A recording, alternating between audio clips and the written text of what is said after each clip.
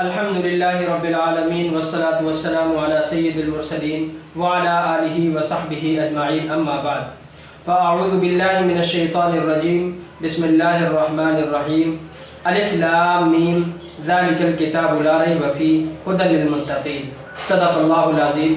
محترم سامعین کرام، قرآن ایک ایسی مقدس کتاب ہے کہ اللہ نے اس کو ایسی خصوصیتوں سے نوازا ہے کہ اس سے پہلے جتنی بھی کتابیں اللہ نے نازل فرمائی ہیں، کسی بھی کتاب کی حفاظت کا ذمہ اور حفاظت کی ذمہ داری اللہ تبارک و تعالی نے نہیں دی، لیکن قرآن ایک واحد ایسی مقدس کتاب ہے کہ اللہ تبارک و تعالی نے اس قرآن کریم کی حفاظت کا وعدہ لیا ہے، ذمہ داری لی ہے۔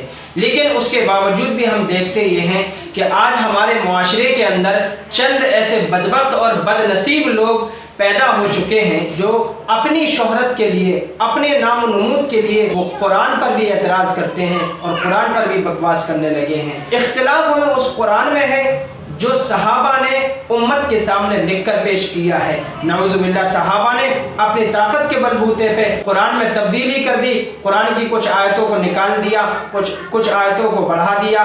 یہ ان کا غلط اعتراض ہے، غلط عقیدہ ہے۔ اس بوکس عقیدے کی ایک بھی دلیل ان کے پاس بھی نہیں ہے۔ اس بات کو آگے سمجھنے سے پہلے چند باتیں آپ حضرات سمجھ لیجئے۔ اگر ویڈیو لمبی ہو جائے تو دقت کی بات نہیں ہے، لیکن بہت اہم موضوع ہے، آپ اس کو ضرور سمجھیے گا۔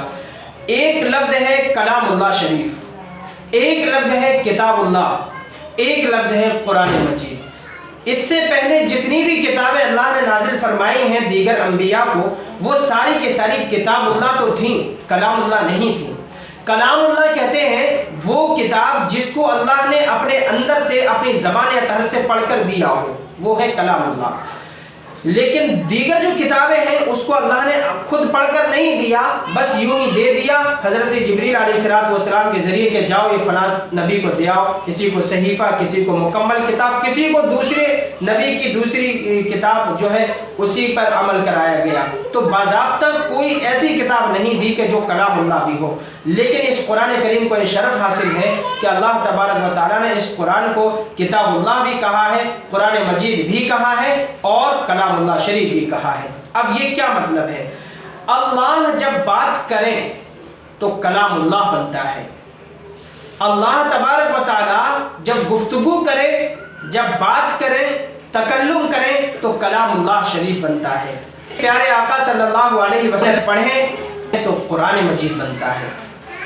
قرآن کی چونکہ معنی ہوتے ہیں بار بار پڑھی جانے والی کتاب، یہی وجہ ہے کہ جب سے یہ قرآن کریم نازل ہوا ہے، پیارے آقا صلی اللہ علیہ وسلم نے بھی خوب پڑھا ہے، حضرت جبریل نے بھی پڑھا ہے، اور آج تک اور قیامت تک انشاءاللہ تبارک و تعالی ہر امتی اس کو پڑھتا رہے گا۔ اس وجہ سے اس کو قرآن مجید بھی کہا جاتا ہے۔ قرآن جو ہے صحابہ نے لکھا ہے اور پھر امت کے سامنے امت کے حوالے پیش کر دیا ہے، تو وہ بنتا ہے کتاب اللہ۔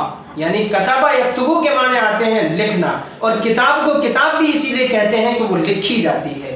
تو اسی وجہ سے قرآن کریم کو قرآن بھی کہہ سکتے ہیں، کتاب اللہ بھی کہہ سکتے ہیں اور کلام اللہ بھی کہہ سکتے ہیں۔ ایک نقطہ اور سمجھ لیں کہ اللہ تبارک و تعالیٰ نے فرمایا الف لام میم ذالک الکتاب۔ جب کوئی چیز قریب ہو، پاس میں ہو، تو اس کے لیے بولا جاتا ہے عربی میں ھذا، یہ، اور جب کوئی چیز دور ہو تو اس کے لیے بولا جاتا ہے عربی میں ذالک، وہ۔ اب یہاں پر آپ دیکھیں قرآن ہر کسی کے پاس موجود ہے، یا جو بھی پڑھ رہا ہو اس کے سامنے موجود ہے، لیکن آپ دیکھیں وہ یہ نہیں پڑھتا ہے ھذا الکتاب، بلکہ وہ پڑھتا ہے ذالک الکتاب۔ کیا پڑھتا ہے؟ ذالک الکتاب۔ تو اب کوئی اعتراض کر سکتا ہے، یہ بات کہہ سکتا ہے کہ اللہ تعالیٰ کتاب تو ہمارے سامنے موجود ہے اور آپ کہہ رہے ذالک الکتاب، تو ذالک نہیں، یہاں ھذا ہونا چاہیے۔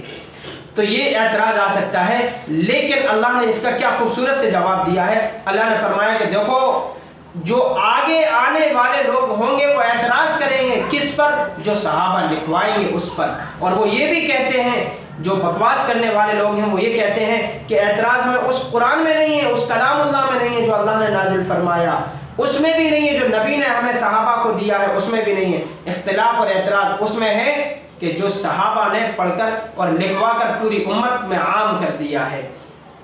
نعوذ باللہ صحابہ نے جہاد کی آیتوں کو بڑھاوا دیا، دہشت گردی کو بڑھاوا دیا، اس طرح کے بعد پاخنڈی لوگ اس طرح کی بحث کرتے ہیں قرآن مجید کے حوالے سے، تو اللہ نے جواب بھی انہی کا دیا ہے کہ ذالک الکتاب، وہ کلام اللہ نہیں، وہ قرآن نہیں، بلکہ وہ کتاب، ابھی قرآن رکھا ہے، ابھی کلام اللہ رکھا ہے، لیکن اللہ تعالیٰ نے اسی وقت 1400 سال پہلے ہی فرما دیا ذالک الکتاب، وہ جو صحابہ لکھوائیں گے اس میں لا ریب فیہ، اس میں بھی ذرہ برابر کوئی شک و شبہ نہیں ہے، شک کرنے کی بھی کوئی گنجائش نہیں ہے۔